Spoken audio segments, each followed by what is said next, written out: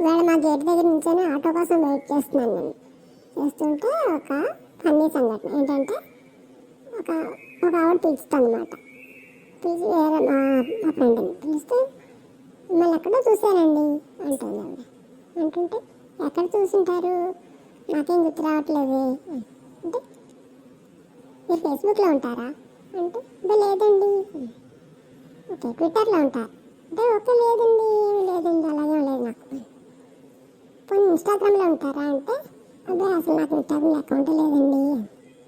వాట్సాప్లో ఉంటారా అక్కడ, అందులో వాట్సాప్లో కూడా లేనండి, నా గ్రూప్లో అయితే ఎవరిని చేర్చుకోలేదు నేను అంటే, మరి ఎక్కడ చూసింటాను మిమ్మల్ని అని అడిగింది.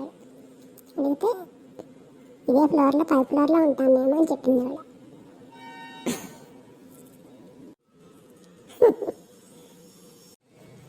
మా స్కూల్లో మేడం అందరినీ పిల్లలందరినీ నిల్చోబెట్టి ఒక్కొక్కరిని మీ మీ ఫ్యామిలీ గురించి మీ పెద్దవాళ్ళ గురించి కొన్ని మాటలు మాట్లాడమని చెప్తుంది అందరికీ. ఒక్కరిని నిల్చోబెట్టి అడుగుతుంది ఆవిడ. అందరూ చెప్తున్నారు వాళ్ళ గురించి, వాళ్ళ పేరెంట్స్ గురించి, పేర్లు, ఉద్యోగాలు ఏవో అన్నీ చెప్తున్నారు. బాగుంది. ఇంకొక అబ్బాయిని లేపారు. మీరు చెప్పారా అంటే వాడు ఏం చెప్పాడు తెలిసిన, ముందు వాడి గురించి చెప్పి వాళ్ళ అమ్మ నాన్న పేర్లు చెప్పి ఉద్యోగం గురించి కూడా చెప్పాడు. మరి ఇప్పుడు తెలుస్తుంది ఏంటంటే మా వంశం గురించి, మా వంశంలో మేము చాలా పెద్దదండి మాది, సామాజికంగా మేము అందరిని కలుపుకుపోయే కుటుంబం అండి మాది. ఎందుకంటే నేను చిన్నప్పటి నుంచి చూస్తున్నాను పెద్దవాళ్ళందరినీ, పంది, కుక్క, పిల్లి, నక్క, కుక్క ఇవన్నీ కూడా మా పూర్వీకులకు సంబంధించిన వాళ్ళకి, మా చుట్టాలగా అనిపిస్తుంది నాకు. ఓహో, మన సమస్య చాలా తెస్తున్నాం, అందరినీ కలుపుకుపోతున్నాం అన్నమాట అనిపించింది నాకు. ఇదే విషయం ఎవరిని అడిగినా నేను చెప్పాలనుకున్నాను అని చెప్తాడు. పొద్దున్న మా ఇంటికి ఒక అబ్బాయి వచ్చాడు. ఆ అబ్బాయి మా నాన్నగారు ఉన్నారు, ఏం బాబు ఉద్యోగం చేసుకుంటున్నావా, బాగుందా, జాబ్ అది బాగుందా, కొత్తగా చేరినట్టున్నా అంటే, చేరానండి, ఏం బాగుందండి, ప్యాకేజీ అంత గొప్పగా లేదు, ఏదో తక్కువ ప్యాకేజీ అని చెప్పాడు వాడు. చెప్పగానే మా నాన్నగారు, చూడు బాబు అలా అన్నీ పెంచకూడదు, మనకి స్టార్టింగ్లోనే పెద్దవి రావు కదా, గ్రాడ్యువల్గా పెరుగుతుంది, నెమ్మదిగా ఉద్యోగం చేసుకోవాలి అన్నాడు.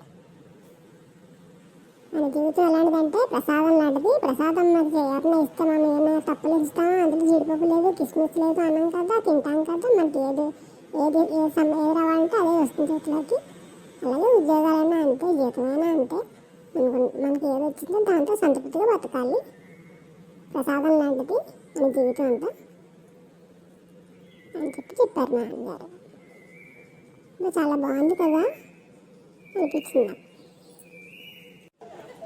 వాళ్ళ జీవితం ఎంత ఆనందంగా గడపాలి అనేది కుక్కర్ని చూసి నేర్చుకోవాలంటుంది మా అమ్మ.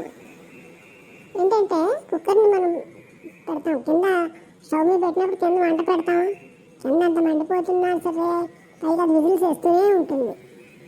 అలాగే మనం కూడా ఎలా ఉన్నా సరే ఆనందంగానే ఉండాలి, ఆనందాన్ని మిస్ చేసుకోకూడదు. కోపం కళ్ళల్లో ఉండాలి, బాధ మనసులో ఉండాలి అని పాత సామెత. ఇప్పుడు కొత్తగా సామెత మారింది. ఏంటో తెలుసా, కోపం వస్తే ఫేస్బుక్లో పోస్ట్ పెట్టాలి, బాధ వస్తే వాట్సాప్లో స్టేటస్లో పెట్టుకోవాలట. బాగుంది కదా.